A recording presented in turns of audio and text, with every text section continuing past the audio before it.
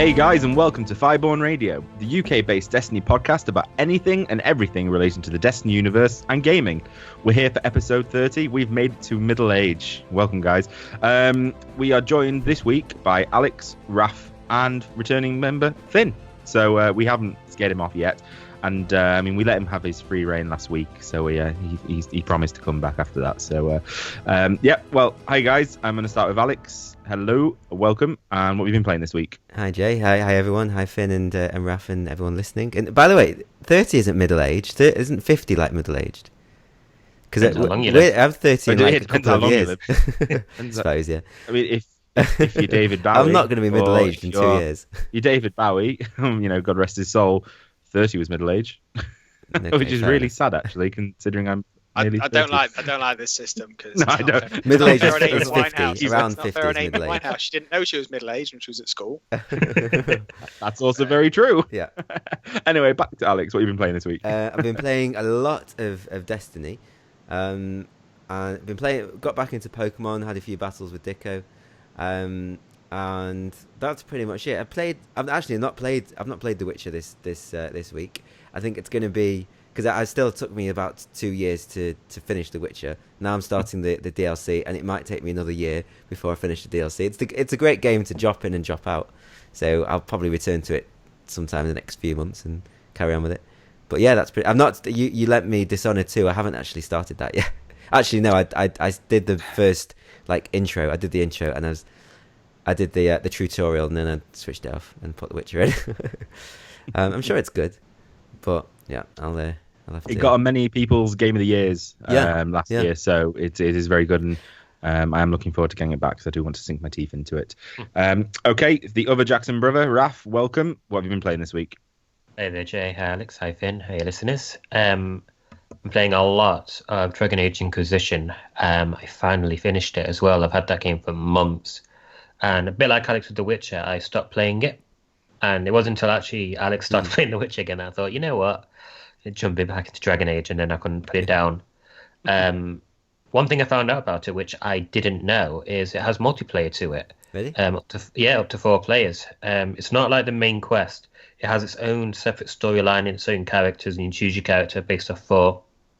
And you go through sort of Diablo-esque dungeons. It's the exact same game mechanics as the normal game. And you can choose sort of your class, so you got your range archers, mages, tanks, etc.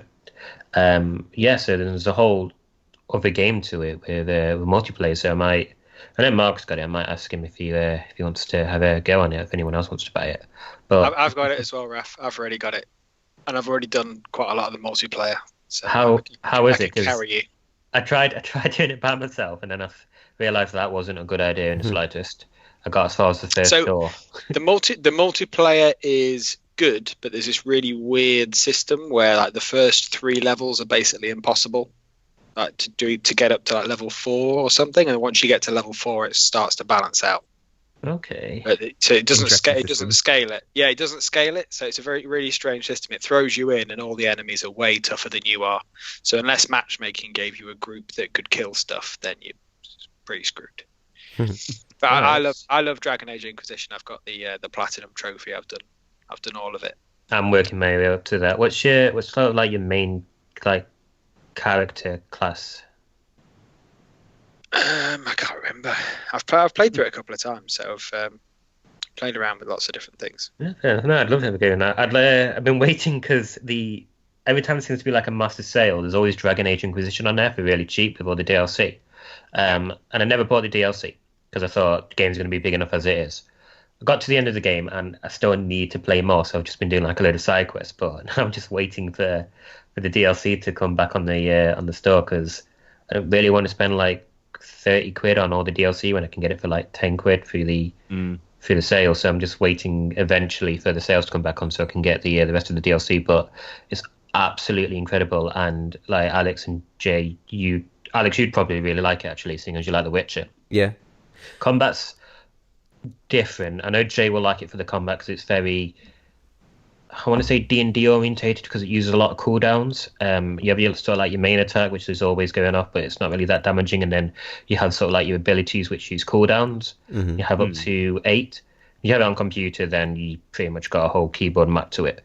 But it's really, really good, and even post sort of games, still a lot to do.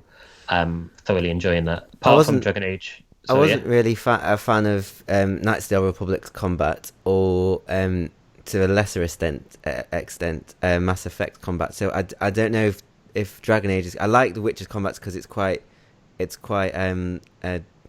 what's the word? Like, you just controlling the character. It's responsive. It's responsive. As well. You're Geralt. You press a button, he does stuff. Yeah, exactly. Yeah. This is more. You don't control. I mean, you control your player, but in combat, you control his abilities more than you do control the player. So it's a bit more tactical. Like you click and you wait until he's finished doing like he. Yeah. Well, there are. Well, again, yes and no. It's not like you click and you just wait for him to finish his animation, then you just stand there and do nothing. You do other stuff. So you've got other abilities. You need to time out your cooldown so you can be more effective. Because you still got 8 on the go, and each cooldown can be in range anywhere from like 8 seconds to like 30 seconds. Is it like turn-based? No, not at all. It's all in real time. But you can pause, can't you? You can pause, so you can press the middle button, and it goes into a top-down menu where the game completely pauses. You can select individual characters to use individual abilities on individual enemies, tell them to go anywhere. Mm-hmm. Still not turn-based. You need to physically move the game forward at that point. Like, there's a button which fast forwards the game. So you select your abilities, you select where people want to go, hold R2, the game then moves forward, does it all automatically. And there's a bit more tactical input in there, but I don't think it's needed on the consoles. I've never used it. I mean, I'm playing on Night Mode at the moment, Nightmare Mode, which is the hardest mode. Mm-hmm. And even then, although it does really help sort of like pinpoint where everyone needs to be, you don't need to use it at all. One thing that really got me into it, because originally I played it and I didn't like it, and I was playing a tank. I switched over to an archer because I thought, you hold R2, that just does attacks. I thought in my head, hold R2, shoot arrows will make more sense, and it did. And then I got to learn the mechanics, and now I can play with any class, and it is really, really good. Oh, cool. Plus, you get a good tank anyway. One of the NPCs is a good tank. So you end up with loads of tanks. Yeah. The good thing about it is once you get a hang of the combat, you can switch between characters as you level them up.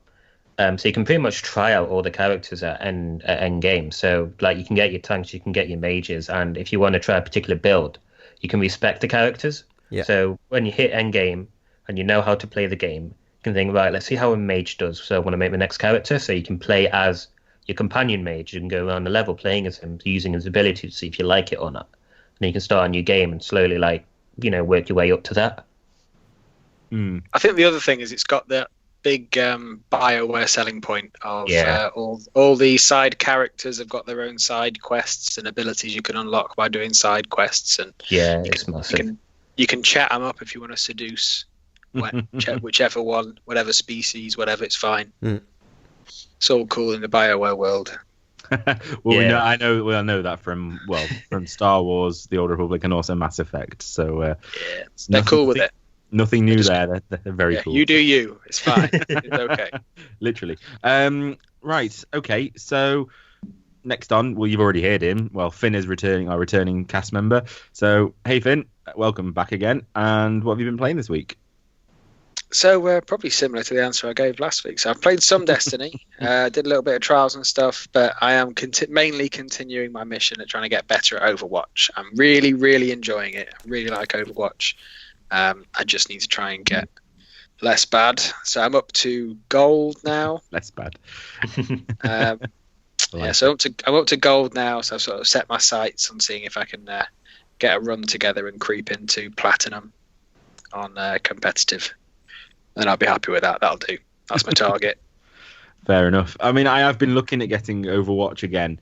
I was talking to you actually earlier on, seeing as now that actually everyone's onto it, I got rid of it. So I am looking at the moment. Yeah, is it £27? So yeah, something like that. Check I looked up your stats, by the way, Jay. You didn't play it very long, did you? No, I didn't. You look at someone's career profile. It's like 2 minutes, 12 minutes. I think it was more. I think it was more like 12 because I think I think Dicko was around at my house once, and I said, "Oh, it's really good. You got to try it." And he just tried it. He was like, "It's not for me." And I was like, "Oh, please." Right. Yeah. Well, what have I been playing? I've been playing a lot of Destiny. I really enjoyed Destiny, actually. I did some trials. Yeah. Got owned completely. And that was loads of fun. But yeah, we did some PvP. We did some private matches again, which was always fun. What else did I play? I finally beat the Elite Four on Pokemon. So I officially finished the game. That's one game off my list, but supposedly it all begins once that's over, but I've not tried that yet. And I also gave For Honor a try. Not Verona, as one of our Twitter members said. Verona. For Honor. For Honor. Verona. For Honor. Yeah. It was okay. I quite enjoyed it. I liked I was, went in very, I was like, it's Ubisoft, let's see what's going on. And I actually thoroughly enjoyed it. I thought it was well set out. Yeah. The combat's quite okay. I can imagine it's just, I didn't lose. Is it hack and slash, game. basically? Yeah, but it's a bit more in depth than that. For example, if I'm going to attack you from the right, you can block from the right. Okay. And there's a little indicator. You can also break locks and push people and kick them and grab them and throw them into environmental hazards. Mm-hmm. It was more fun when I played online. I played a couple of 2-on-2s, which is quite good because if you basically finished your guy quickly, you ran over and you could just 2-on-1 one guy. That was quite good. I've seen some videos. I didn't spend that much time on it. I am a bit gutted. Didn't have that much time to play on it, but I did spend some time on it, and it was quite good actually. I was really surprised. It was well presented, but I'd like to see what the single player is like, because I didn't get a chance to look at that because it was only multiplayer available in the beta, my exclusive beta that no one else was invited to. Yeah. Well, except for everyone else who just gave their email. Yeah. Which Finn kind of ruined for me last week. But yeah. So I'm trying to think if I played anything else. Does it like fulfill your fantasy of playing a massive Game of Thrones battle or Lord of the Rings kind of battle? Because that's what it looks like when you're playing like Vikings versus Knights. Yeah, obviously when I started, you've only got one class or three classes, but there's kind of like a couple of different characters in said class. Mm-hmm. You obviously in the beta you only have the basic ones, but I really enjoyed it actually. I don't know if I'm going to get it. I honestly don't know if I'm going to get it. It kind of depends on what the kind of general consensus is like. What's the longevity of it? I don't know. I really enjoyed it, but it's not kind of. It's the way. I don't know. I don't know. I think I'll have to just see how it is when it comes out. I guess it's difficult because you've only had a sample of part of the multiplayer. That's it. I guess it's hard to know whether the game's going to offer good value because you've only seen that little bit of it. But I really enjoyed what I played, though. I really enjoyed I was like, oh my god, this is the best game ever. I need to play this straight away and have to go and pre-order it straight away. But I was like, I like what it does. I like what it adds. It's going to be an interesting one. If the one thing I will say is to anyone out there who has played it, let us know what your thoughts of it. Is it your anticipated game of 2017? Was it up to your expectations, etc.? Let us know, because I'd love to talk more about it, but I think I'm the only one here that's actually played it. So that's not good for us. So let's crack on with some news before we go into our Destiny action. Who wants to go first and who's got what? Oh, don't all jump out and shout out quickly. I know we were all eager to be here, but I think Finn had something. I was looking up what was coming out next. Is it this month? No, next month. Are we still in January? We're still in January. By a day. Okay. No, a couple of hours. By about 15 hours, yeah. Okay, cool. So in February, there's actually a few interesting games coming out. There's quite a lot of new IPs and changes to older IPs, but the new IPs are what I'm interested in. So as Jay mentioned, For Honor's coming out, which is a very unusual console game, a new IP. So in a way, I hope it works out, even if I don't end up buying it. I hope people do, because it always gets tiring if all the releases for a year are the 17th version of something that's already been out before. So I think For Honor looks interesting, so I hope that turns out to be a good game and people buy it. And then there was a couple of other interesting ones. So there's a game called Neo, which is made by Team Ninja, who did Ninja Gaiden. Yeah. I loved Ninja Gaiden. I think I had it on. Yeah, Was it on Xbox or Xbox 360? I can't remember. I think you're in good company here. Yeah, we all love Ninja Gaiden. We all love Yeah. Ninja Gaiden. Yeah. Loved it, even though it felt like getting punched in the face. It was that hard. It was horrible at some point. Really, really enjoyed it. And it sounds like they might have taken a bit of inspiration from the Dark Souls series, which has kind of happened in between. So they might be taking some elements from that, combine that with Ninja Gaiden. Have you played the demo of Neo? That sounds like a good time. I've not played the demo yet. I've seen some videos with ninjas, basically. Yeah, it looks really good. So I've seen some videos. I think that looks interesting. So as a new IP, I hope that turns out to be good. Yeah. Again, as I said, For Honor looks good. And then there's a few other weird and wonderful things coming out that I'd not heard much about, like Berserk and the Band of the Hawk. Ooh, I can't wait for that. After the manga series. It's like a Dynasty Warriors style game. So I thought that sounded interesting. I've not seen that before. There's a few other bits and bobs. Halo Wars 2, Night in the Woods, Lego Worlds, which is that like Minecraft game by Lego. Then Horizon Zero Dawn, the kind of robot dinosaurs. PlayStation exclusive. Unfortunately. PlayStation exclusive robot dinosaur monster game. Yeah, sorry, a bit dead. Yeah. Sorry, but So I think that looks interesting. And then there's a few other things, like there's a Kickstarter game called Torment Tides of Numenera, which is your sort of classic old school isometric RPG, heavily inspired by Planescape Torment, the game that came out in '99. That's a very unusual game to be released on console. That's normally PC only. Those kind of old style RPGs where you click everyone around. So yeah, there's quite a few interesting games coming out. Sniper Elite 4, that's coming out as well. WWE 2K17, if you love a bit of wrestling, that's out as well. There seems to be quite a few new IPs, which is good because, like you were saying, you'd much prefer that than just the same old Call of Duty every year, FIFA, all that. So it's good time, and you know. Yeah. I don't know where they were hiding before Christmas. I think they're probably all scared off by COD or something. I do want to throw one more game out there. It's coming out in February as well. It's called Nier Automata. There's a demo on it on PlayStation at the moment. I was incredibly impressed with the demo. It's made by Platinum Games, who, they've made Mad World on Nintendo and the Bayonetta 1 and 2. Yeah. As well as Metal Gear Rising, was it? They've made a lot of games. Yeah. They've made a lot of games, massively into Bayonetta. Bring out a game on PlayStation 4 and Microsoft Windows. This is a open world game made with Square Enix. So it's all sort of like the Final Fantasy sort of like questing and sort of like boss battles with the Platinum styled gameplay, combat mechanics.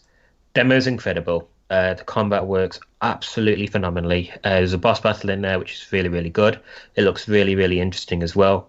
Out of every game that's coming out in February, that's the one I'm most looking forward to seeing how it goes. The other one was going to be Nero, whatever it's called, but I urge everyone to try out the demo. Yeah, I think that looks really good too. I just didn't realize it was coming out in February. Yeah, 23rd.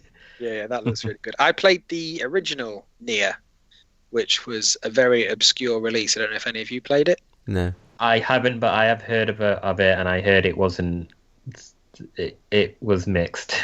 It was flawed, but it had loads of really interesting bits in it, and like it was really detailed, and there was loads of stuff you could do. When you play a game, you're like, I wonder if there's a fishing rod over there. I wonder if I can go fishing. Yeah, you can go fishing. That kind of thing. They put in loads of detail and stuff you could do. You could plant plants and grow them, and then go out and slay monsters with magic and stuff. It was weird. It was weird, but it was interesting. So if they've managed to make it possibly a bit more good and a bit less weird and keep the interesting, then that could be a winner. Ooh, I am sorry. I've just lied to everyone, sort of. It's It's out February 23rd in Japan. Oh. It's in March here. So for our Japanese Lied to us. March. I feel better now March because 7th. I'm sure that wasn't coming out in Feb. March 10th and then March 10th for us, March 10th for the Americans, but 23rd of Feb for the Japanese audience, who probably makes sense in regards to it being a Japanese company on both sides. But yeah, no, I'd look out for that one. Try out the demo if you haven't already. And obviously on the very near horizon, obviously you've got the all new IPs, but you've got some other great games coming out like Mass Effect, obviously Zelda. So it's going to be like this next couple of months are going to be amazing for games. Expensive. You want to play all of them? Yeah, very expensive. And also one game that I'm looking forward to is Ukulele. So that comes out I think beginning of April, which is the spiritual sequel to Banjo-Kazooie. It's one of my favorite games. That's a Switch title. That's they've confirmed that if you that was a Kickstarter, wasn't it, as well? That was a Kickstarter. Yeah, it's done really well. Yeah, no, definitely, and also I'd say not video game related, but it is video game related. In April, the long-awaited Dark Souls board game is out. Oh yeah, I can't wait. Oh yeah, I forgot about that. Oh me and Dicko pledged. Me and Dicko pledged for it. And we had obviously to try it out. Yeah, we had a go, didn't we? Insomnia. Yeah, last year, and that was really good. And that's another thing. Yeah, it's really hard, even for a board game. But that's another thing. We're also you're going to be really upset when they just ship out a box of razor blades. Yeah, and with lemons, just the wounds. Yeah. Another thing one little bit of news is Insomnia is coming back to Birmingham. So for anyone and our UK listeners who is interested in gaming and also just meeting us, we actually are all of us going to Insomnia, aren't we? There's about 8 to 10 of us, I think, going. I think it's the 14th or the 15th of April in Birmingham NEC, and then we're going for a big burger after. So if anyone out there wants to have a chat, meet with us and have a beer, we'll be more than happy, and we'll be in Birmingham, well fed and well drunk. So, anyone else got any news? Yeah, well, there's not much. I mean, the only other news that I had was about the Switch. There's my weekly Switch news. Is it Switch update? Switch update by Alex.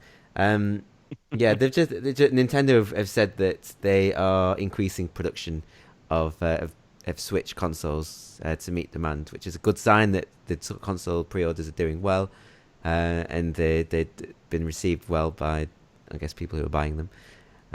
So that's basically just a little tidbit of news that I had. Classic Nintendo fanboy, though. Rather than saying Nintendo's initial estimates for sales were completely wrong again and they weren't making enough units, now they're panicking and trying You've to always got to look at the bright side. Instead, you look at it from isn't it brilliant that they're just making more? Oh, wonderful. What an organised group of human beings. And that sums up Alex's weekly Switch tidbit.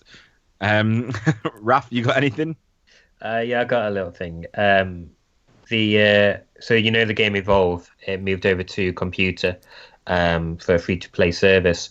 It's going to be shutting down its servers soon if it's not done that already, because they don't they just can't make it work. Even though it's free-to-play, because obviously it still costs to keep the servers running. I heard they're kind of just abandoning that game now altogether, and it's just at this point dead in the water. Well, they ruined it for themselves, didn't they? Yeah, I mean, a year before it came out, they ruined it for themselves. Yeah, with the DLC or whatever it was, or the pay to. I hope it's like it because I've never seen any game like it where it was so crazy with DLC and sort of everything. I hope it just serves a warning to like other game companies that you can't push gamers that far and expect us to kind of take it. Like, it was so shady, like the most of the stuff they did. I mean, there was about how many was it? Like 15 different versions of the game you could buy with different characters. And then for a full price game, and then with very little content. Like, I'm not surprised this happened. Although it is, still upsetting that it did happen, because they did, try and make amends. They did make it free altogether, and then do everything like that. But yeah, it's a load of things that I find quite shady are kind of dying down, especially stuff like, do you you remember when like day one DLC was a thing? Now it's like you don't even hear about that anymore. They get a lot of flack about it, don't they? But I think they've seen that it costs them. I think financially it costs them. So I mean, 2016's total UK game sales was 15% down on the year before, and I think people are looking at games that come out. And I do it. If I'll have a look, and if it turns out that there's 6 different versions of the game and content's been locked to one console or one version of the game and whatever, and I can't buy a version that comes with everything, or I'll never be able to have the complete game, I'm always going to miss something, I often just think, oh, just leave it then. Yeah, there are other games. Yeah, there's other stuff. Like if you're going to start hacking it up, like if you don't want to sell me the whole thing, then whatever, I'll give it a pass. So I won't buy it. Yeah, exactly. I think a lot of people will do that now. You just think, all right, you've tried it on, you've pushed me too far. I'm not paying that. Done. Game over. Especially when the special edition's like £70, £80. Yeah. Nah. I mean, it's like if you take, say, like any other, say, fighting game, like say Smash Brothers. Smash Brothers ships with about 50 characters that you don't have to. 50 characters that you don't have to pay for, and then they started adding new characters. I don't know if it's actually 50, but it was a lot. Maybe 30, 35 to 40. These characters, and then you have Evolve, which had maybe like 4 characters, and then from the beginning had another 4 characters that you had to buy. And it's like, why not just include all of them? It was. They were ridiculously greedy, but it really, really sort of hit them in the back afterwards, because you can be greedy all you like. At the end of the day, gamers, I mean, okay, you're going to get a lot of rich gamers, but games is an expensive hobby, and especially when game developers are making it even more expensive, we're just going to turn around and go, what's the cheaper option for me? The whole point of the sales on the PlayStation and, pre-orders as well. Not pre-orders, secondhand. I think they misread it as well. They needed to make the base game come with all the gameplay elements, so all the monsters included with the base game, and then flog as much cosmetic crap as they can come up with. Because if people want to buy that stuff, they can buy that stuff. I don't buy it, but other people really care about it, make it look really cool, absolutely fine, let the art department go wild. But the best monster on Evolved was paid for DLC. Yeah, that's not right. By far the best. So if you wanted to win as the monster, you had to pay a tenner or something. It's awful. It's just ridiculous. Another bit of news, it's kind of going on along the same sort of lines. Ubisoft have announced that they're going to be bringing microtransaction to The Division. When a year ago they said they will never ever do that. They're not going to be bringing microtransaction to it ever. Whatever you want, you'll be able to get it in game with in-game currency only. Blah blah blah. Did they say that they would never? I don't think they wouldn't, as a PR thing. They wouldn't say it's never going to have microtransactions, because there might be. Well, no, but there's a difference between saying, we may bring it in, or saying we're not going to be doing it. They probably said something like, we have nothing to announce about microtransactions. No, they said that they weren't going to have it. I mean, I can send you the link afterwards.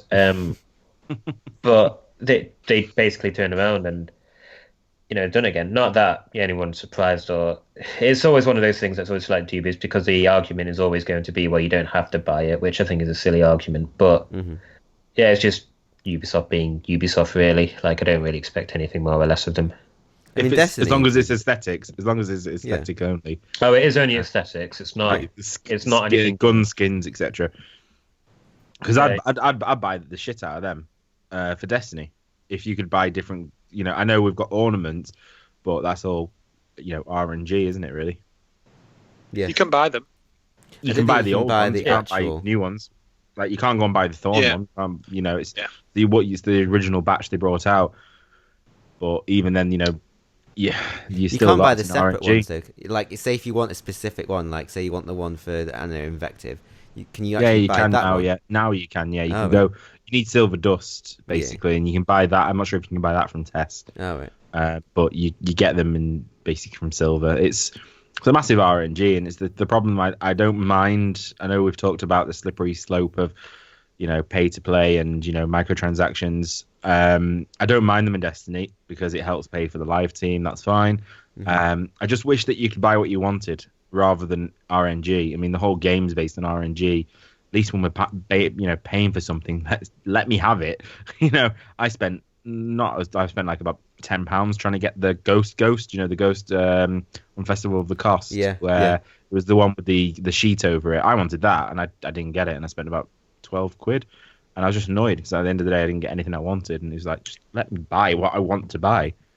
I think the system I would like the most for the ornaments, and I get that this doesn't fit in with the microtransactions part, but I think they could microtransact another part rather than the ornaments, is I think they should be things that you unlock by using the gun. So if you use Mida Multitool and meet a certain set of requirements, then you can unlock the ornament, and you can make those requirements really hard or really grindy, because they're optional. You don't have to do it.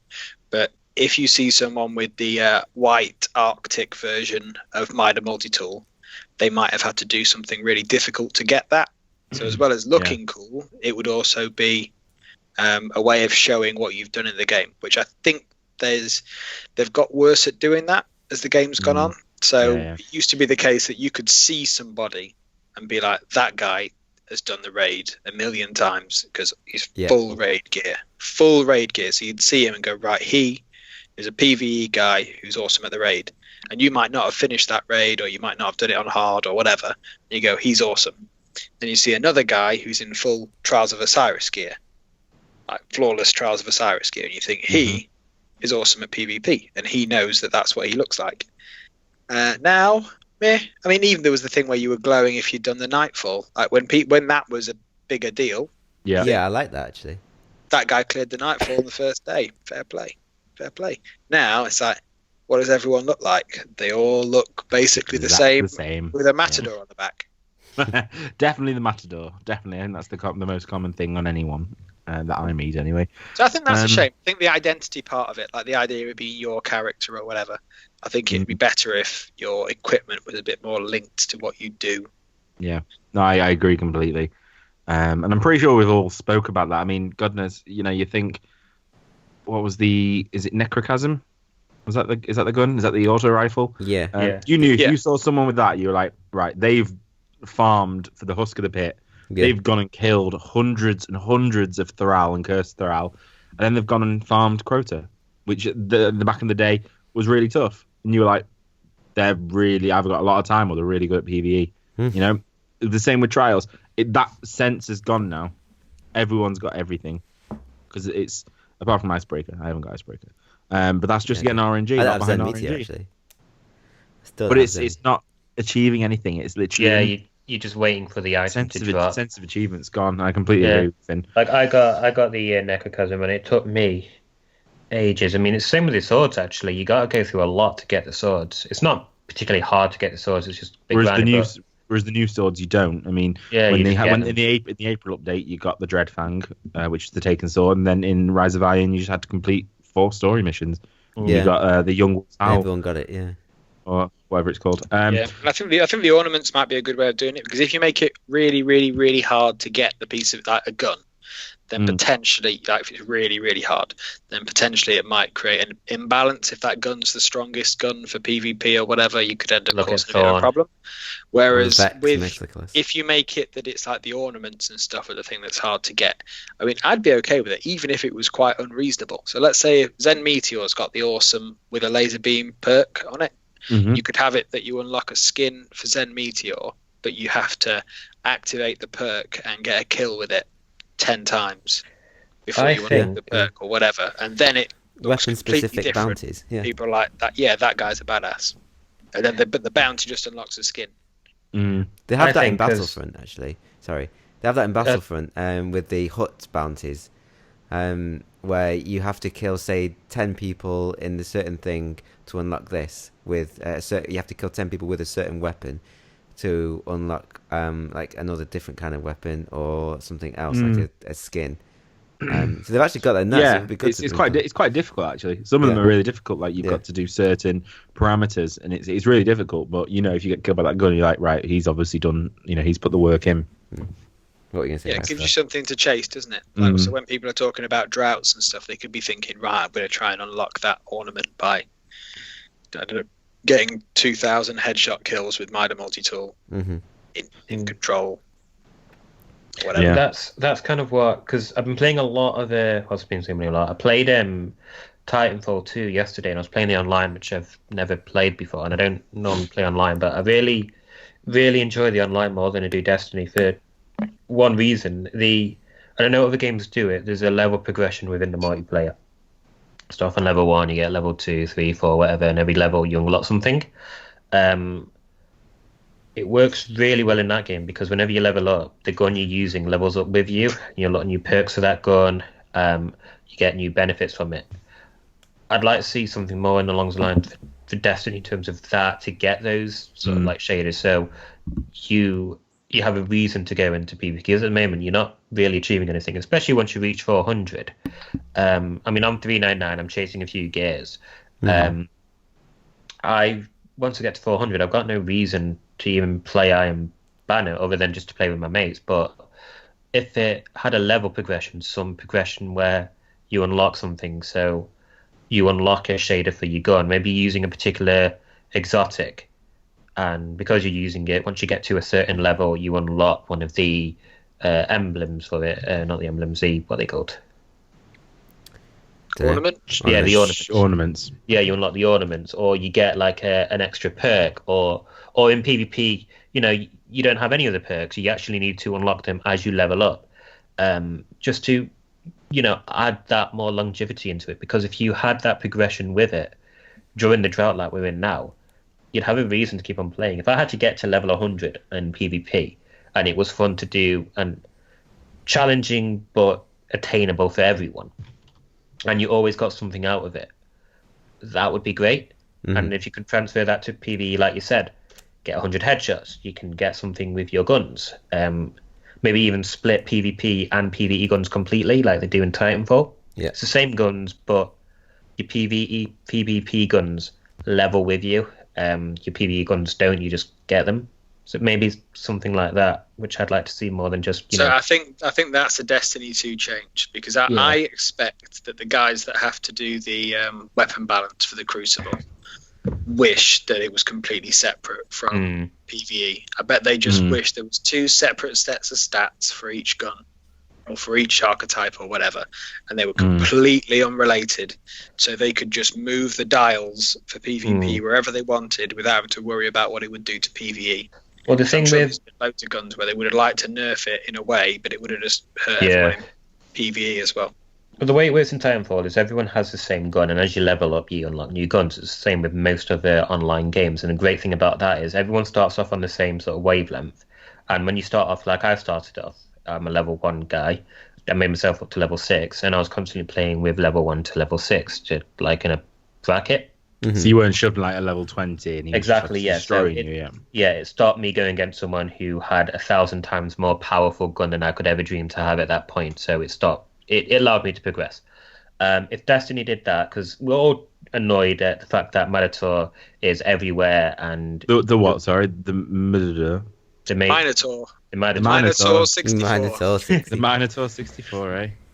The what's it called? Matador. The Matador. Not the Minotaur. Yeah, we're annoyed at the Matador. That gun. Right. I'm not going to say it again. I can't pronounce like guns or words or anything at all ever. Any name. It's good for a podcast, isn't it? It's good talent for a podcast, isn't it? So, Raph, I'll give you the way I would do it, which is I would separate it. So for PvP, you've got like a casual playlist. Where you're going to tell me how to pronounce guns. No, you're fine. So I'd have a casual playlist where you use all your guns that you've unlocked, and then I'd have like the ranked playlist where the guns would be set. Like base guns, like in Halo or whatever. Like you pick the archetypes or whatever you like, and everyone has a level playing field on equipment and subclasses and whatever for the ranked thing, and then you get to see how good the game thinks you are. Like you get a score and you rank up. That's how I would do it. I would separate it: casual mode, running with whatever stuff you've got. Just drops. For ranked, I'd do it like that. That's how it should have been from day one, because even since like Call of Duty Modern Warfare days. That's how it's been. It was always that level up system where you everyone had the base gun, and then as you level up, you unlock new perks because you earned it through your leveling up. You didn't just randomly get a random drop. You killed for it. You survived for it. Blah blah blah. How it is now, it's because it's so down to luck. You could be having the worst luck of your life and not have any good guns with terrible perks, and you could just never get anything. You're not going to survive in PvP, even if you're good at PvP. If you go up to someone who's slightly below you but has better guns than you, who can outmaneuver you because they don't need to get that close to you, you're stacked against it, and it's not based on skill at all. I'm not great at PvP. I can outshoot most people because I've got a really good shotgun, or I've got a really good handgun, or I've got a really good rocket launcher that tracks. I don't think it's fair. No skill. Yeah, with no skill. The game does it for you. Yeah, essentially, you might as well just put the controller down and just let the game go for you at that point. That's what I thought you do. That's what I think you do majority of the time. I thought. Yeah. Oh, sometimes I'm more detrimental with the controller in my hand to my team than I am just going to the toilet or something. So, yeah, but no, I do reckon Destiny do need to, especially for Destiny 2, just move over to the progression side of things when it comes to PvP. I know, Alex, you love it, and I know, Finn, you always play it as well, and you must love it, but like for an outsider, I say an outsider, someone who's mainly PvE focused, and even then there's not that much content anymore, I need that sort of sense of progression. I need that sort of almost like a storyline for myself to go in, that I'm like this up and coming, ranked guy. I mean, you do know. I mean, you mentioned before how you have the things and you do level up, etc. Did you know about the bonuses from Bungie for playing Destiny? Do you know the bonuses? What do you mean bonuses? What bonuses? As in, if you go onto Bungie.net and log in, go to Grimoire, and then go to bonuses, you basically get extra things for doing certain things. So, like you said, you've got 1,000 kills of the Maid, etc. You do kind of get that. I know it's a very, very basic way, but for example, I'm looking at mine now. Though. Yeah, it is in game because. You mean the Grimoire where it says like 1,000 kills with sidearm or whatever? Yeah, but for example, all characters. So if I kill a goblin now, I get more glimmer for killing the goblin because I have killed an X amount. I'm just going to have a look. Actually, goblin. I have killed rank 3. And I get extra. Yeah, all characters earn more glimmer when this combatant is killed with a glimmer drop consumable active. So if I'm using the blue polyphon age and I kill goblins, I get double the amount of what I would get if I didn't normally, because I've killed an X amount of goblins. The problem is, and this is the problem with Bungie, is they don't explain it.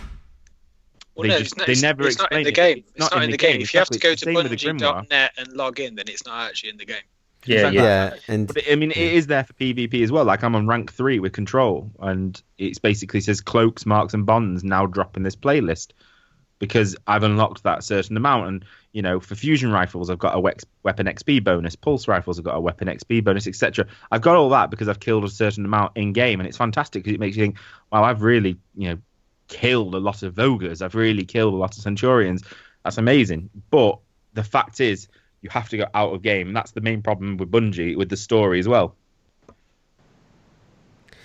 I had no idea I was getting more XP on. Yeah, neither did I. Yeah, you do. If you log in, go to my Grimoire, my Legend in Grimoire, then click bonuses. No, I know. You like we know that the figures are there, but it doesn't actually feel like there's any progression. Like, it doesn't feel like I'm getting any more. It's done really poorly. It's done really poorly. It's telling me I've killed 30,000 Vandals. That's fantastic. And they've killed me 250 times. That's fantastic. But it just says all characters earn more glimmer when this combatant is killed with a glimmer drop consumable active. I didn't know that until I just read it. But I knew that this was a thing. But it's just annoying that you have to go out and it's not explained. It doesn't say when you've hit a certain point. Like at the bottom, if you're playing this and you get, in the Crucible, sidearm kills, and you're like, oh, yeah, fantastic. It doesn't say you now gain extra experience buff with sidearms. Why is that just not a simple text put there? And it would make such a difference. It would make people think, right, well, yeah, I'm going to go for the next rank. I'm going to go for the next rank because it's maybe worth it. Those rewards, though, aren't. I mean, once you hit level 40, I mean, you don't really need it. The only thing you use XP for is leveling up your weapons, which you can just use Mace of Light for. That's what it is. That's what it is. Sorry, the XP buff is for the weapons. So pulse rifles are fast level up, etc. Yeah, but what I mean is, like, I never bothered doing that. I just use a load of modes to like. Yeah, that's what I do.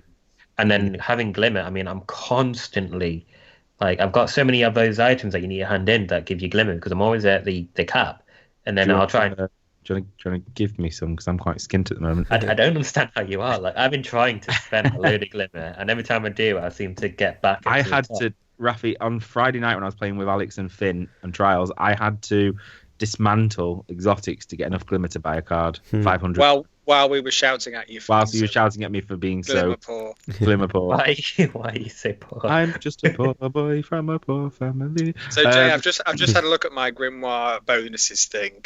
They were all so obviously completed a year ago or two, whenever. Like they've not been updated. That's way over the top. Like they've not 10, added 10 times the top end of whatever it was. That's the thing. They haven't updated it. It's a good concept, poorly executed. They haven't upgraded it. They've not included Taken, and it's frustrating because it's like they've got all these ideas and they couldn't enforce them all. So they thought, well, we'll put them in, just try and hopefully people will figure them out themselves. And then they just stopped it because maybe people weren't talking about it. But I mean, we're sat here talking about it on a Tuesday night. Yeah. So I think I deserve some credit for my 56,000 scout rifle kills. Oh, that's quite good. That. Let's have a look. How many scout rifle kills? What is this on? What in PvE? Just everything. Just in general, I think it is just literally. What was yours? 56,000. What's mine? Yeah. Oh yeah, 26,000. You beat me. Where'd you find it? I'm looking. You just have to. You click and see, like it's you. Where do you find? You just click it and then you click on the graph. Yeah. Oh, precision kills. Oh no. 10,000. Oh no. Anyway, back onto a bit of news as well, because we do have some news as well. Still, just a couple of little tidbits, as Alex would call them. So we mentioned last week about Animal Crossing for mobile. It was originally slated for earlier this year. However, Nintendo have announced that it's been delayed to make way for Fire Emblem Heroes. So basically, Fire Emblem Heroes is going to be released on February the 2nd. They're also confirmed to release Super Mario Run on Android in March. So therefore, Animal Crossing is going to be delayed until the next fiscal year, and the next financial year begins on April 1st. So I'd say it's probably kind of like a summertime kind of thing. So I know Alex was relatively looking forward to that. So unfortunately, that's been delayed. Next, I've also, for any MMO fans out there, Elder Scrolls Online gets an expansion. So Morrowind expansion is coming on the 6th of June. The expansion is priced at $39.99, but people who've already got the Tamriel Unleashed, I assume Game of the Year edition, can add the expansion for $30. It basically adds loads of new quests, loads of new areas in Morrowind, and also it brings in a new player class, the Warden, which uses a mix of Earth-based magic and has adorable but deadly bear companion. So it looks quite good. Anyone out there an Elder Scrolls Online fan? I know I've got it. I've played it. I quite liked it, but I never got over the hump of learning enough about the game to actually know what was going on. It's got quite interesting progression systems and skill point systems that means that you can muck up your character's build so it's really weak, or you can get it right and it's really powerful. And I can't cope with doing things in a non-optimal way, so I spent ages trying to work out what I should be doing, and then eventually lost interest. I think I'd spent as much time reading online builds as I did actually playing the game. But it was really good. There's loads of quests. If you like the Elder Scrolls world, there's loads of quests, and they did a really good update called the One Tamriel update that meant that you could go anywhere at any level and they would scale the enemies like in WoW. But you could play with anyone from any race or whatever. Because I remember I was playing it and Pete was playing it. He'd bought it first, and I just started a character and we couldn't play together. It's like, right, I'll start another one. I was on the wrong continent. I was the wrong race. I was the wrong alliance and whatever. It was so user unfriendly when I first bought it. I enjoyed it, but it was like myself and Mark got it at the same time, and it's just we never could play together because it was just like, oh, well, you're on that side of the world and I'm on a different side, and it wasn't good. But it's not even easy to understand how you would end up playing with each other. Like, you can't even say, well, it's okay because in an hour or whatever we'll both be in this place and we can play together. No idea. No idea how. No. Well, I believe it has kind of improved a lot since then. So it's better. I'm tempted to get back in because it's also free to play now. When I first played it, it was I can't remember how much it was. Was it $15.99 for. It was a lot. It was a lot for quite expensive. It was a lot for subs. Yeah, it was a lot. So, well. So yeah, I think that's it for news. I mean, I know we did speak about a bit of Destiny before, so you guys want to talk about a bit more Destiny? Yeah. Let's go Also, for it. just how many scout rifle kills you got, Finn? Sorry. 56,000. 34.5. Oh well. Well, have I beaten Alex? What do you Still have? more than me. Mine's like 28,000. Oh, that's all right then. I can live with that. I can't remember my PlayStation password to log in. So 1, 2, 3, 4. yeah, probably around 4. Oh no! No, he's also got a 5 in there as well. So one of the things that we talked about last week was in quite detail was the perfect meta, the weapon balance update, which we're going to probably get mid-February, which has been confirmed now. So hopefully just about 2 weeks' time. So one thing that the senior designer Josh Hamrick did say was that their goals for this patch were firstly to promote alternatives and counters to shotguns.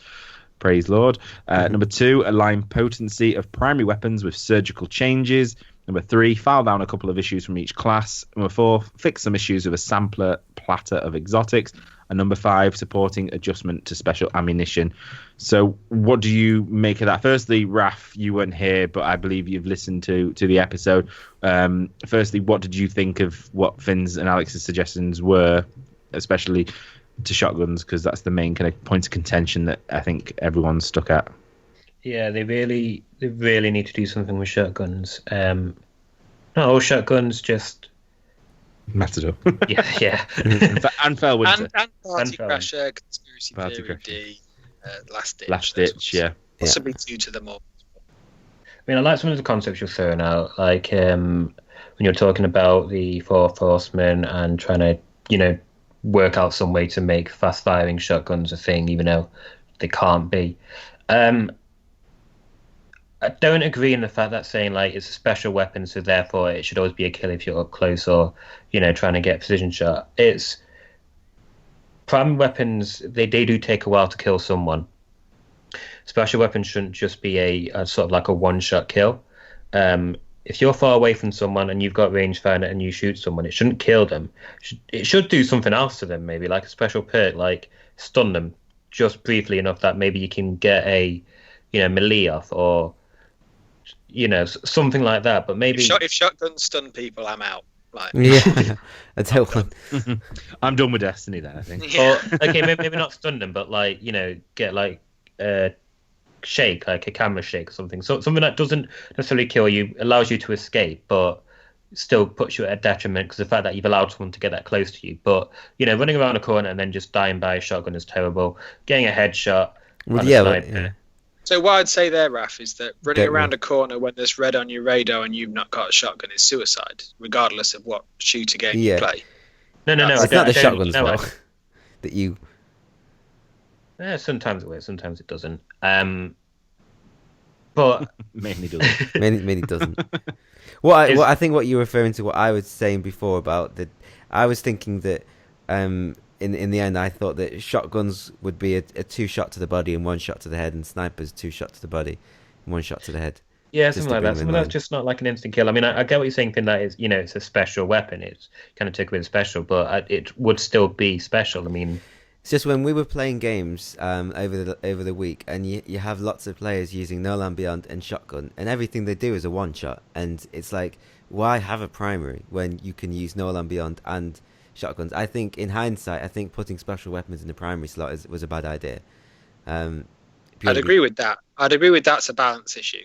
yeah. But I still think that if someone shotguns you from absolute point blank with You should die. a high impact shotgun, you should die. If someone hits the skill shot of shooting you in the head with a sniper rifle, provided you've not got an overshield or you're in your super, you should die, because that's normal in a first-person shooter. Raf, you were saying you like Titanfall 2. There's guns in Titanfall 2 with a 0.1 time to kill. Yeah, but Second time to kill. in Titanfall 2, you can Shotguns 25 meters away.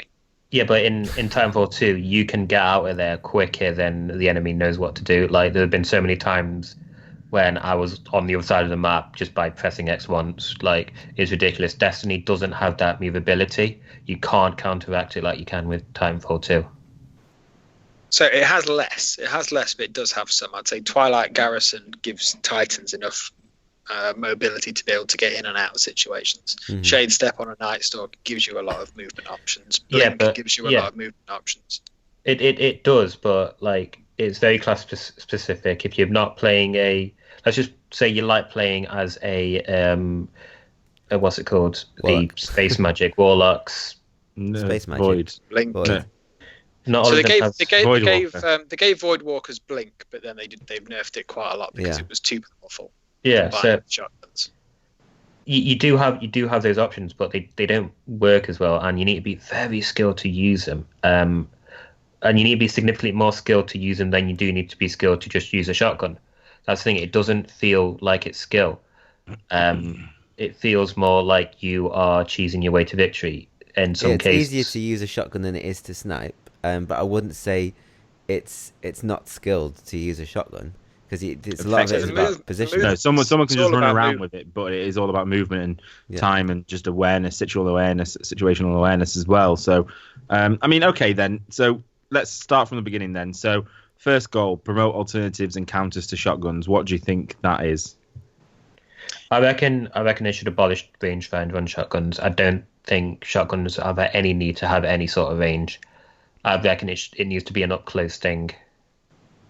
Well, I think because it sounds like they're promoting alternatives, so I think there'll be a tweak to shotguns. There'll be a bit of a nerf, but only a bit, and then they'll promote the alternatives, which could easily mean something along the lines of sidearms get a slight buff to stability, or sidearms get their headshot multiplier increased, so it does more crit damage, something like that, in order to promote alternatives.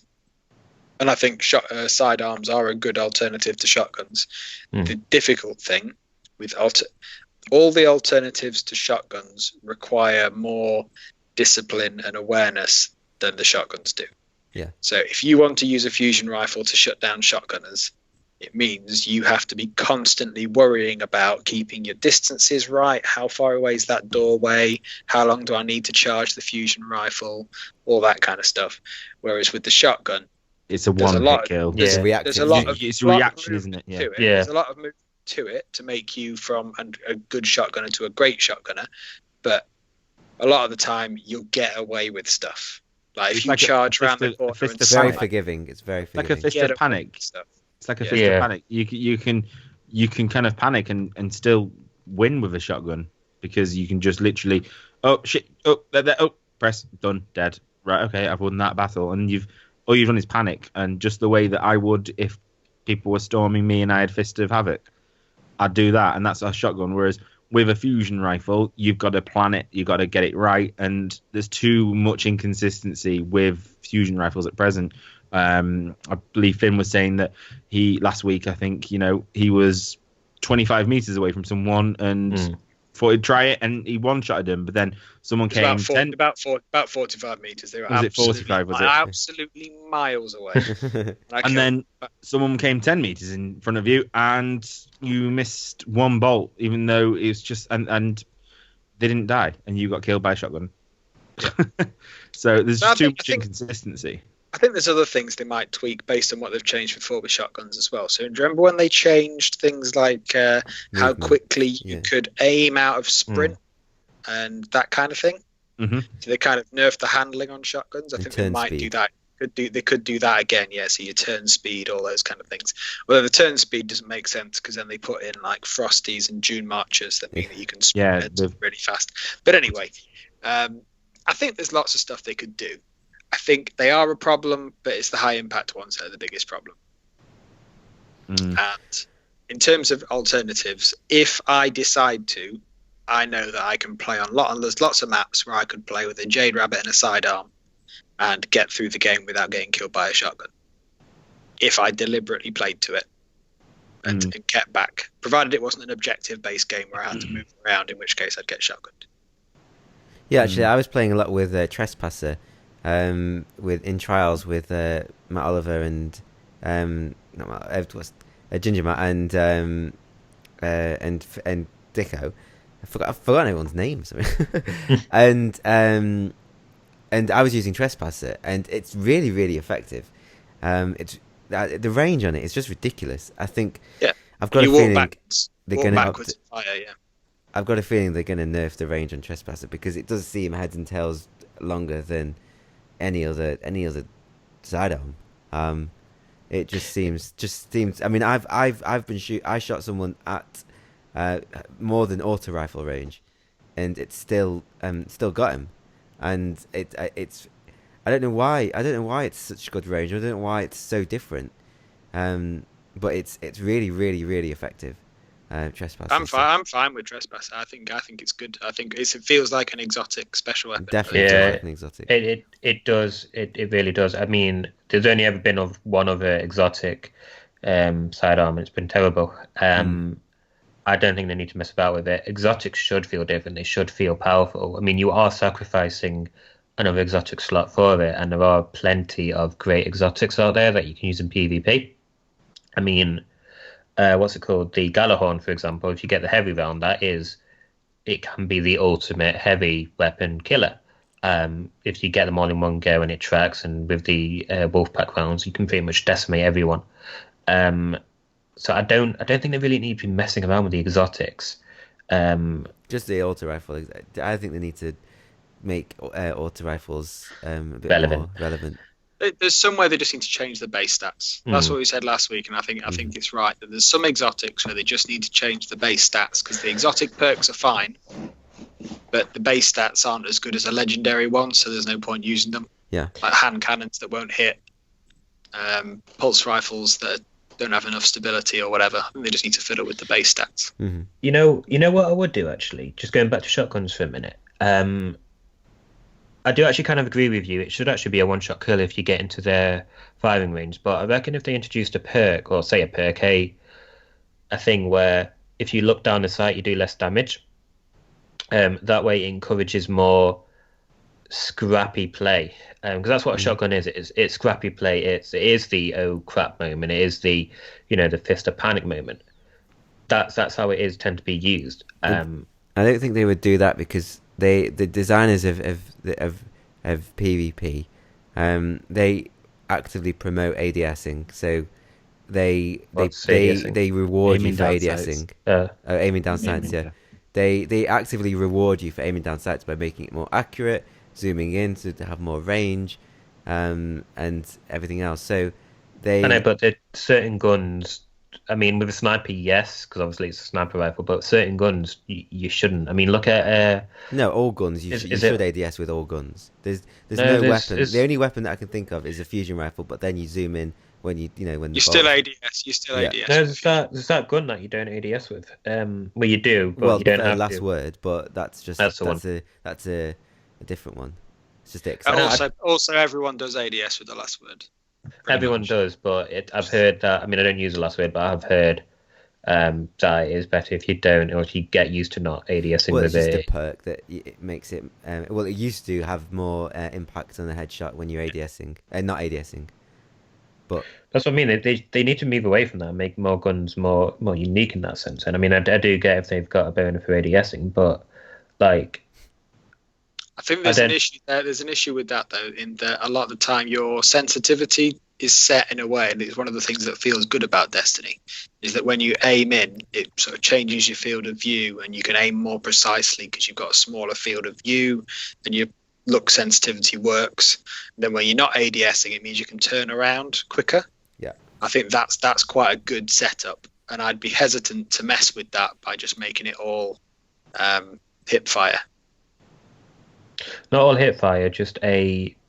So let's just say if you do have rangefinder on shotguns, it does reduce the damage, so you can be further away, but it's not necessarily like you're just ruining someone's day.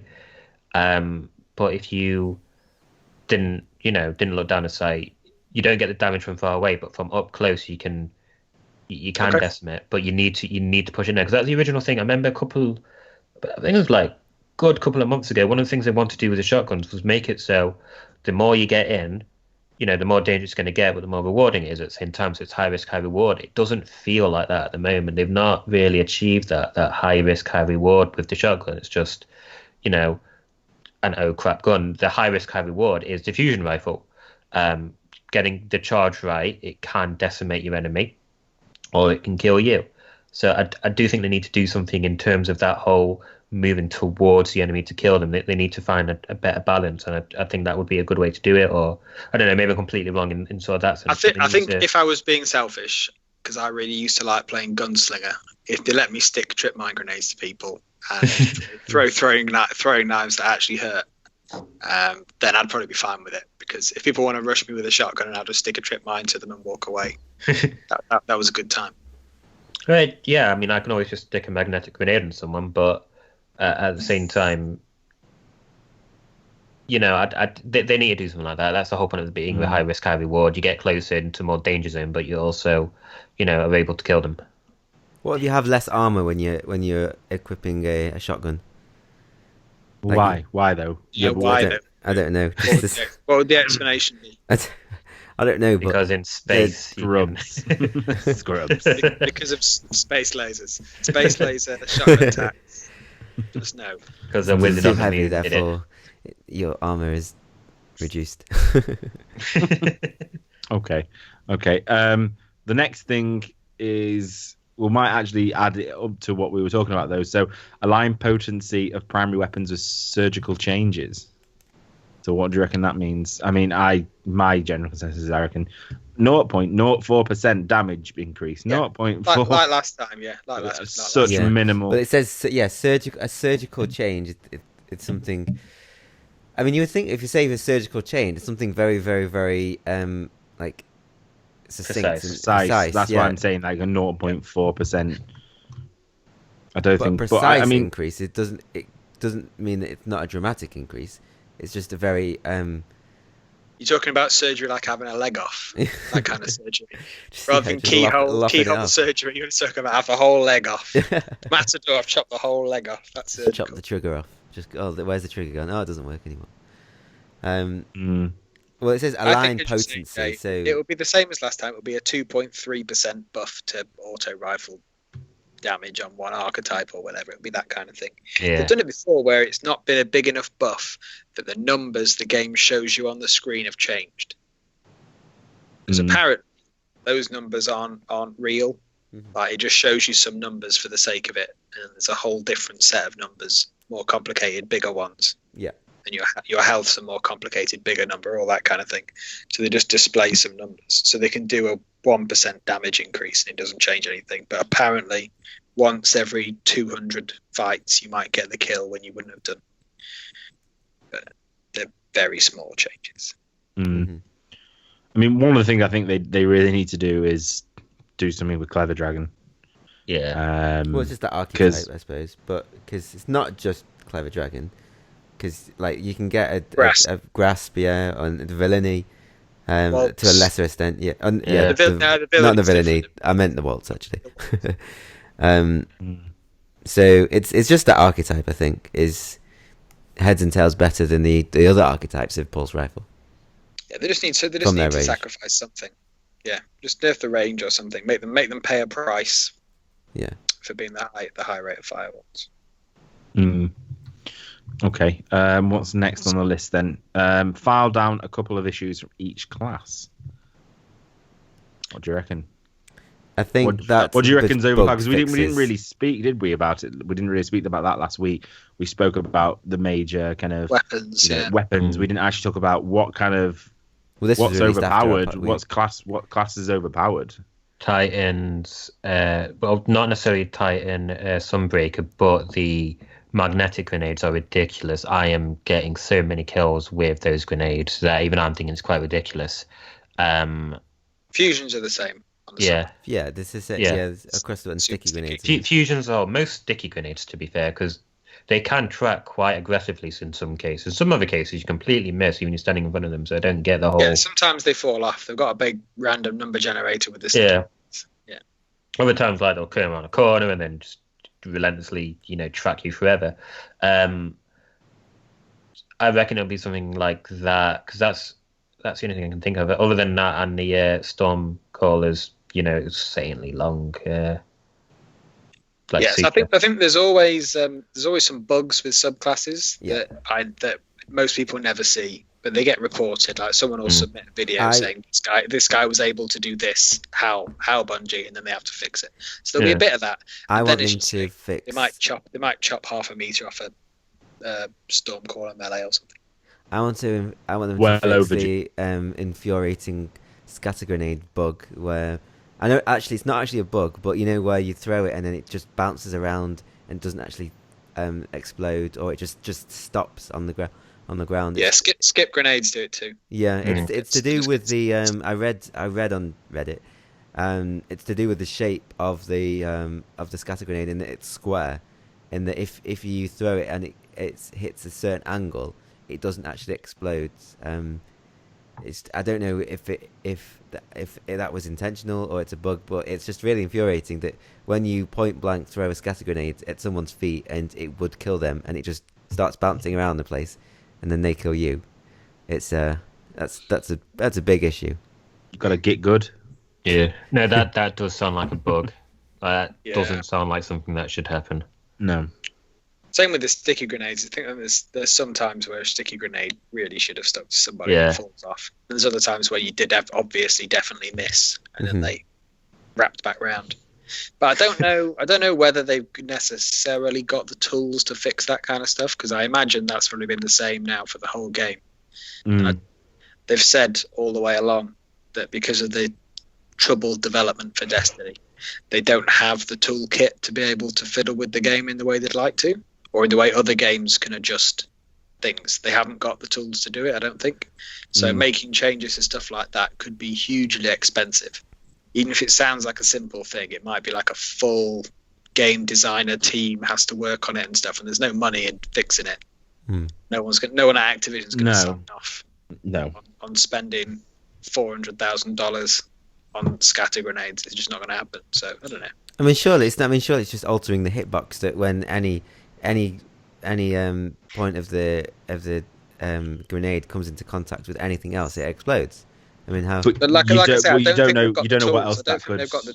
What else does it affect? What does that affect then? Yeah, you don't know the circumstances. One thing I found, especially with Bungie and Destiny, is that when they try to fix one thing, sometimes it does cause other things to break. Just remember the great infamous Hunter Bow Teva glitch that ruined Iron Banners. That's because they messed with something. Yeah, that's because they messed with something. You just don't know really, because obviously, I mean, we're not in that industry. We don't know what's kind of. It could be layers upon layers upon layers, couldn't it? Realistically. Whereas the weapon balance things is an Excel spreadsheet. It's loads and loads of numbers in an Excel spreadsheet. It's literally what it's in. Then they just change the numbers in the spreadsheet, and then they save it, and then they have a go. So that's easier to fiddle with. Yeah, definitely. Right. Okay. So just before we move off that point, then, what do you, in your own opinion, which class do you think is overpowered? I don't actually think a class is overpowered now. It's not like when the Titan Sunbreaker was like, wow, it's just really overpowered. I can't think. So I think there's very, very specific perks and exotics that make things feel out of balance. Yeah. But not that overall the game's really out of balance. It's not like everyone's doing exactly the same thing. But there's certain things like a Juggernaut shield on a Titan with Twilight Garrison that's got the best movement ability, the best attacking shield ability. I mean, all the stuff we've said about shotguns. If someone's good with a Twilight Garrison and a Juggernaut shield, and they've got Memory of Yolda equipped as their artifact, you could give them the crappiest shotgun, or no backup plans is also very good. You could give them the crappiest shotgun. You could give them the Fourth Horseman, and they would still wreck you because you would waste a load of damage trying to get the shield down. So I think Jug Shield I would like to be changed. I would like something different with Jug Shield. Maybe the excess damage goes through the shield. It can't just block an infinitely high amount of damage before it goes. I don't know, but I'd prefer if Jug Shield worked differently, or just lower how much damage it can tank. Imagine if there was a shield where when you shoot it, the damage is shared between whoever's shooting, and that would be seriously OP actually. What, reflect? a reflecting Juggernaut shield. So even if you tried to shotgun them with your shotgun, if the shield was up, you'd kill yourself. Yeah, that sounds like a Destiny bond with. I can say I'm all right with that. I can say I'm probably actually all right with that. Yeah, I'm glad we didn't have that. Titans, yeah. Yes, Alex, which subclass do you feel is overpowered? Well, yeah, I agree with Finn that the Striker Titan with the lightning grenades and Juggernaut shields or no backup plans with Twilight Garrison with the shotgun. I think you become a real pain in the ass. As for say the other classes, I mean hunters, yeah, I mean you have some good good exotics such as the one that improves skip grenades, but I never feel like I'm being repeatedly killed match after match by the same thing with a hunter. Like they seem fairly balanced, the hunters actually. It's just the Striker Titans with those lightning grenades and everything. It's the only thing that you see in trials, for example.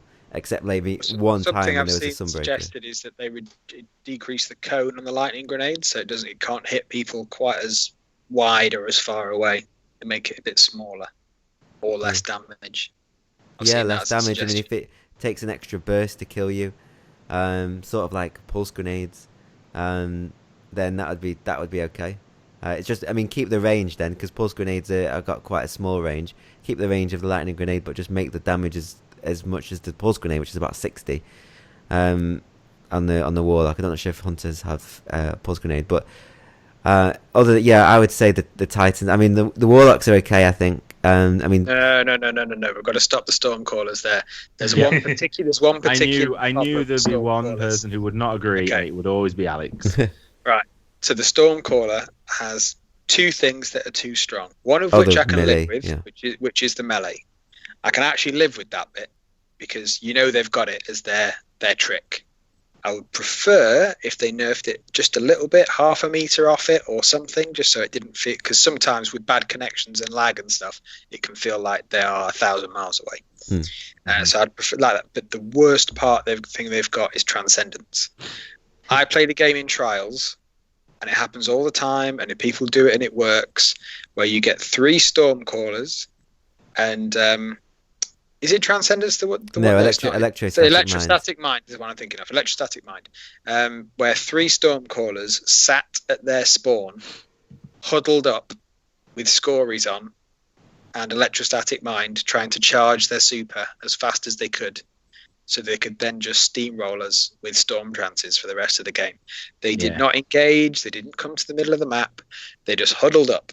Now, luckily, they were bad, so we managed to kill them. Yeah. But if they'd been good and they'd actually managed to win the first fight or second fight or whatever, then we would have spent the rest of the game trying to deal with Stormcallers, and that is a problem. That I don't know why that perk exists. It doesn't match anything any other subclass has got.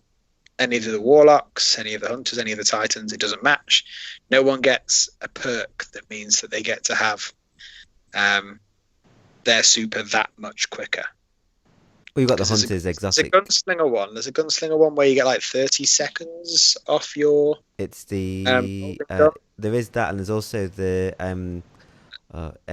Arc Hunter. What's he called? Blink, whatever he's called. Oh yeah, Blade Dancer. Blade Dancers. They've got the extra cooldown on grenades, and I think I agree. I agree with you. The bonus is nowhere near as good, and that's an exotic armor piece that affects just you. Whereas they're all huddled up, getting triple supers up. If it works, you go from round 2 or 3. Every engagement you're fighting is against a Stormcaller in their super.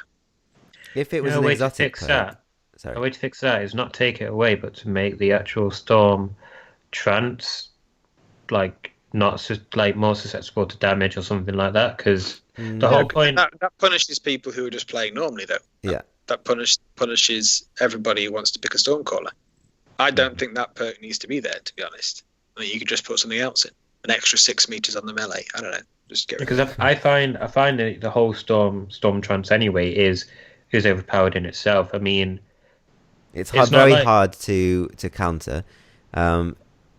If you're not at point blank with a shotgun, because you can shot. I think you can shotgun a melee. So if you're next to someone, you can walk around a corner and you can kill a storm trance if you're near them. But if you're, say, within fusion rifle range, you know they're so quick and it lasts for so long. You know you're dead unless you'll focus fire on them. But sorry, Raf. It does mean though that if we nerf shotguns, and shotguns are basically the only effective way to kill a Stormcaller is to wait round a corner and shotgun melee them. It does mean that if we nerf the Matador, that they're just gonna roll you over. There's absolutely no way stopping them. Because I do think they do need to sort out Storm Transit, because they do take quite a lot of damage, and their super is it's the only super where you can only need to vaguely look in the general direction to get a kill.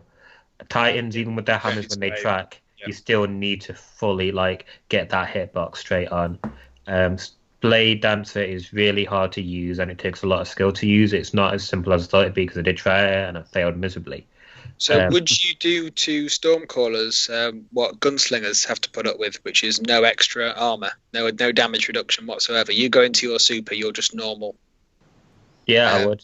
No, because it doesn't have the range. Three headshots with a hand cannon or whatever. Gunslinger, you can cross map shoot someone with a gunslinger. You can snipe. Yeah, you can safely pop in and out of cover with the Storm Trance. You have to kind of come out into the open and actively run towards. But it takes that way it takes skill. The whole point of it being overpowered is that anyone can pick it up, use it, and kill him, which that seems to happen a lot. Yeah, but don't forget you can teleport most effectively as a Storm Trancer, because it's third person, so you can see. Yeah, you can see exactly where you're going. I swear by that. It's one of the best perks when I was using it, because you can see exactly where you're going. You can dodge anything, or almost anything.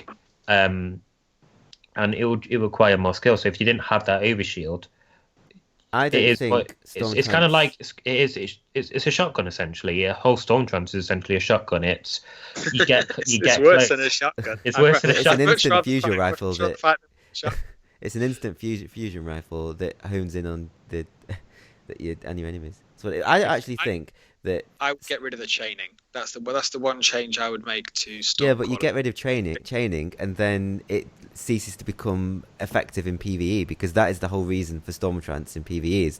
That's again a problem. That's again a problem with it all working the same in both. But for me in PvP, the issue I have with Stormcallers is when I try and set up to shotgun them when they come around a corner, and my helpful teammate decides that he wants to run away by running towards me. Then I get killed by the chain lightning, and I never had a chance to implement Operation Shotgun Melee because I got killed by the lightning that wasn't even aimed at me. I think what they should do, if they are going to nerf Storm Trance, I think they should nerf the damage. Don't remove chain lightning, but nerf the damage that the chain lightning does. Yeah, and to increase the time to kill, because other roaming supers are one hit. So such as the hammer, the blade dancer, and gunslinger, they're all one hit. Whereas the Storm Trance, I've worked out, it's kind of like a very fast firing scout rifle. I think it does the same amount of damage per second as a scout rifle, but only you don't have to aim or anything. So that's the difference, I think, in that if you are just doing one enemy, if you are engaging two enemies, you will come out second best, because if you are only homing in on the one enemy, the other enemy is going to shoot you, and more than not often than not, it's going to kill you. So I think removing the chain lightning is going to just nerf it. Reduce the damage. Reduce the damage on the chain damage. Yeah, and I'd be happy with that. I could take that. And don't reduce the damage in PvE, because then that would just make them useless. And sort the bloody melee range out. I mean, to be honest, the Stormcaller's neutral game is pretty dire, and not taking into account the melee. So the grenades aren't as bad as people say. The grenades are good. I do like. I mean, they're pure. They're very, very PvE based grenades, but they still work in PvP. I mean, the best. I feel that the best grenade for PvP is the pulse grenade, because I find that the storm grenade, it's just so easy to dodge, and it telegraphs its attack, so you know when it's coming. Whereas, I mean, the lightning grenade, the amount of times I just get killed by a lightning grenade that just came out of nowhere, they're so effective. I feel like the Stormcaller needs some kind of grenade that is a bit more effective. The pulse grenade is probably the best bet. You're not getting a lightning grenade. If you want a lightning grenade, you're going to have to lose. Do you know what? All the extra melee range. What is a Stormcaller? Is lightning. Give us a lightning grenade. Nah, you're right. You're right. You're right. I think you know what? I bet there was a build of the game when they tried that. And it was like... It was overpowered, and they were like, if this ever happens, we are not going to have a player base. Because it was bad enough. Do you remember when they dropped the Sunbreaker? And it was God mode. Like, people were getting 40 kill games, 50 kill games, without having to shoot anyone with their guns. They were just hammering through the map. They were the good orders. Yeah, they weren't very balanced days. And the Stormcaller was also wrecking shop. It just didn't have cauterize, so it was doing almost as much damage as the Sunbreaker, but it didn't have cauterize to make it an invincible slaying machine.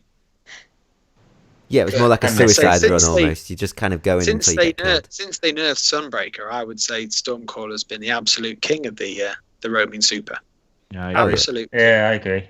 I struggle with Sunbreaker Titans. I really struggle to hear that ding, and people run, and you can catch some of them, but it's just so disheartening. The neutral game on the Stormcaller is actually good.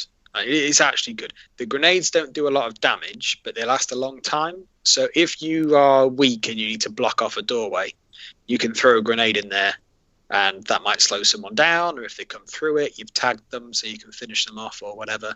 So the grenades are okay. The melee is undisputed best melee attack in video game history. Definitely. Here. There's no point me... Sorry, Finn. If you look at the other perks like Electrostatic Mind that charges you super faster, and those are the bits and bobs, like they've got some good stuff on the perk tree. They've got some nice options. So I think it's unfair to say the neutral game's bad. No, I agree. I just don't think it's as interesting as the other classes. Like, you don't get something like Hunted or like Shadow Shot. What's the dodging move called with Hunters? Shade Step, and you don't get that with Titan. Yeah, but you've got Twilight Garrison. You've got Twilight Garrison. Yeah, but that's an exotic. That's not a class specific perk. Yeah, but there's nothing on the Warlock for movement. Yeah, it's not good now, but it used to be. But I think part of that's going to be the justification for Warlocks having the best melee range. Yeah, you do have an incredible melee range. Because you have to balance it out. If you had the best movement and then also the best melee attack, that would be a problem. So I think that, because if not, what's your justification for Warlocks having the best melee attack and some of the strongest grenades? I mean, you love your scatter grenades. Oh, I love this. Oh no, I'm not. No, you really love the scatter grenade. Stormcaller. No, we'll take them off you. Do not take those off me. And then you can have Shade Step or something. No, I think Voidwalker has got one of the best neutrals in the game. It's just I feel that Stormcaller is a bit. I feel it's a bit lacking compared to the others. I mean, I think Sunsinger is a great neutral game, but yeah. There's no point me asking Raph what he thinks is overpowered, because I think we know that he agrees. Everything Warlock. Everything's all broken. All Warlock. Okay, just kind of brushing over the next couple of bits. Fix some issues with a sampler platter of exotics. Wait, can I just go back to that? Because I love that when you fix some issues with a sampler platter of exotics. What exotics do you reckon they're going to touch, if any? A sampler platter. That sounds like one or two, if that. Bring me my Juju back, please. Is that all you want? I want it to feel like the vendor Hawksaw, and then I'm happy, and I'm done. It's such a good exotic that is completely worthless. I've just never really used it. I used to love it. I think that's because it's bad. How bad it is now, I think. But I don't know. I've not really used it. I reckon it might do something with Red Death. No one seems to be using it now. They might be trying to bring a few guns back. So I reckon. Regime I want to be. Yeah, we've said that. Zoros Regime's a big one for us. I think there's lots of them where the time to kill's fine. They just need a little stability range or something. Yeah, they just need to feel like exotic again. I'd like to do something I'd like them to do something about the Mida multi-tool. It's still annoying as hell. It's fine. Not as Do annoying. not Yeah, nerf it anymore. Not as annoying. No, it's okay. They're it's taking off fine. high caliber rounds. I don't see that often. Don't you touch my baby. It's already been hurt enough. I want already the been Thorn back. No more. Yeah, Thorn needs a hell of a lot of work. Yeah, I think Thorn I think hand cannons in general need a little bit of love. Not a significant amount as they used to, because they really... Yeah, Hawk Moon. I was looking at my stats before when we were talking. I thought Thorn would be the gun I killed more than anything with. But it's actually it's Hawk Moon. I used to love my Hawk Moon. It's not the same anymore. It's not the same. Not these good old days. Mm-hmm. And then the final part is supporting adjustments to special ammunition. So I know special ammunition has been touched beforehand. Are you guys happy? Just quickly, are you guys happy with special ammunition the way it is, or not really? I'm happy with it. I reckon it's really balanced. There's a few perks that still exist, mostly on old guns that people have held on to. That means they can have quite a lot of rounds. Like I believe I watched a video where someone had a sniper where they spawned with 16 rounds. Oh, really? Which is that? I think it was an old like her benevolence or something that they removed. Bad Alex. Double down or whatever. Anyway, so there's a few situations where even though they've done all these balances to special ammo to mean that you should only get sort of 3 or 4 shots with a sniper or a shotgun, there's still a lot of perks and armor perks and things knocking around that mean that people can have a big special ammo advantage, especially Warlocks and mostly Titans, because they can get the plus special weapon ammo perk on their chest for Twilight or Armentarium. Mm-hmm. Yeah, I've got it on my Armentarium for my heavy. It's really handy. Especially... So that's what I would fiddle with mainly. Is if it's supposed to be 3 or 4 shots per special brick, then that's what it should be. No getting out of it. Yeah, maybe disable just like the excess. Like, just disable the perk for the excess ammo for PvP. Yeah. But again, that's segregating again, which is difficult because I believe that they've got... we don't have it's not like, for example, Warcraft, where you have PvP armor and you have PvE armor. It's not like that. It is, because the ammo is different, though. Like, if you pick up a special ammo box in PvE, it just fills your special ammo. If you pick up in PvP, it gives you a specific set amount for PvP. Yeah. Oh, I know that. That's just that's the conditions and rules from the actual box itself, though, isn't it? As opposed to the actual armor piece, or is that? So your weapon has an ammo score. Then you can, using armor perks, you can increase the ammo score, and that affects how many rounds you get to pick up. Okay. Right. Okay. So they can adjust it. They can balance it. I think. All right, okay. I think they'll be able to. I mean, they went a bit too far a couple of... I don't know how long ago, it feels so long ago, but when you actually didn't start with any special and it took a while, would you be favourable in that coming back? Or so is a couple more engagements in the primary slot? The problem with that is that it just means that you get snowballed. So if you lose the fight over the special ammo at 8 minutes, so let's say you played 2 minutes, 4 minutes, whenever, and the special ammo spawns. If you're all dead when the special ammo spawns, you might as well go to orbit, because it's like heavy. They've got the special. Yeah, it's like heavy. They've got the special. They're going to kill you fastest. You're going to be dead when the special comes back again. You're going to be dead when the heavy gets back, because special's so powerful, especially if they're good with it. That's my complaint with that system. Is that if you lose I remember Trials when you didn't spawn with special, and the games that didn't go well, and you never got to pick it up, and they did. There was no comeback. Like, there was no way of making it back. If you're 4-0 down and you've all still got no special ammo, good luck. Yeah, I didn't enjoy those games. Did not enjoy those games. I mean, hopefully, they did say mid February. I mean, it's February the 1st tomorrow, so hopefully in next week we'll get some more information. And then hopefully the week after they'll actually, push it out. That's, very hopeful. So hopefully by the time you guys listen to this, you might have actually already know what's coming. But obviously we're recording a little bit earlier. We record on the Tuesday, so we don't know. But obviously we can give our guesses and hypotheses, etc. So, I mean, I think we're all done this week, aren't we? We're going to have a little segment, which I think we'll kind of hold back up until next week now. There was a nice little post on Reddit, the Destiny Reddit, by Flying Penguin 1117. Basically, he gave a definitive list of his from best to worst, or what is it? All 12 raid bosses ranks and how big of a pain in the ass they are. So we spoke about that this morning. We were going to go and talk about it, but unfortunately we've talked a bit too long about weapons again, as usual. So you're PvP nerds out there, that's you're welcome. But we will be back next week with probably more PvP talk because it's inevitable now. But we will be having that discussion as well. And if you guys want to let us know what your top 3 bosses are in raid bosses, and that includes Skolas, that lovely son of a gun, just let us know what your top 3 bosses are and your top 3 worst bosses. So bottom 3 bosses it would be then. And just let us know, and then we'll all convene and we'll talk about it next week and relive some horrendous memories. So I think if anyone else has got anything else to say, I think we're all good. Please, someone keep Alex quiet in the corner about warlocks.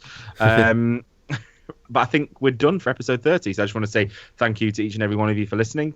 Thanks, guys, for joining me again this week. If you want to check us out, we're on iTunes. Go to iTunes.com or iTunes.co.uk or on the app and just type in Fireborn Radio. You'll be able to find us. While you're there, if you give us a subscribe, a like, a review, just helps us get up the charts a little bit more each time. The other place you can hear us is on firebornradio.podbean.com. We release each and every Thursday, so you'll be able to hear us just before the weekly update. And if you want to get in contact with us, the best place to get is on our Twitter, which is at Fireborn Radio. We do have a Facebook page, which is facebook.com/Fireborn Radio. See, there's a pattern emerging here. And we all have our little personal Twitter accounts as well. So mine's at JT6688. Rafi, what's yours? Mine's at FBR_Rafi. Alex, what's yours? Mine's at FBR_Alex. And Finn, tell us more about your delicious pizzas. Yes, so I have a street food business, and I am on all the social medias at Sherwood Fired. Awesome, yeah, and I can hopefully vouch for him in a couple of weeks when we all meet up and Finn brings some pizzas for us. How good they are! So yeah, best keep in touch for that. Also, I want to just kind of give another shout out to Alex and to Rafi. They have actually the past week basically put our latest episode up onto YouTube. So we're finally attacking the YouTube platform. So well overdue. So you can always catch our latest episodes now on YouTube. So if you go to youtube.com, our channel is just Fireborn Radio. There's a couple of bits of just mainly Alex going over about cream himself over scatter grenades. That's come up top. So but yeah, we're going to release each episode on YouTube as well, usually on Thursday as well, with some footage of mainly Alex using scatter grenades. So while you're on there, just kind of again subscribe and just let us know if you like it, what anything else you want us to put up. We also are streaming a little bit more. I tried to stream a bit more over the weekend, except for my setup gear for streaming isn't that great. So when I do stream, it's directly from the PlayStation, and it makes my screen really small, and it makes me kind of struggle with what I'm doing. And complain a lot. And then complain a lot, and then blame that in trials. So yeah, I have an excuse. You guys don't. But yeah, if you want to kind of chat to us on Twitch as well, we're going to be trying to do it a lot more. So that's twitch.tv/Fireborn Radio. And then I've also got my personal Twitch account, which is twitch.tv/JT. Sorry, no, it's not. It's JTyrant68. And I just want to send another big shout out to Ginger Matt. He's been designing all our new updated logos, etc. And he's also kind of started doing some personal ones for myself. So a nice little fancy snazzy little avatar you see on my Twitter. That's all down to the awesomeness that is Ginger Matt. I just want to say thank you to everyone. I've talked a lot, haven't I? I just want to say thank you to everyone for listening. It really is appreciated, and we'll be back next week talking about more guns and Destiny. So in the meantime, thanks guys, and take care, Guardians.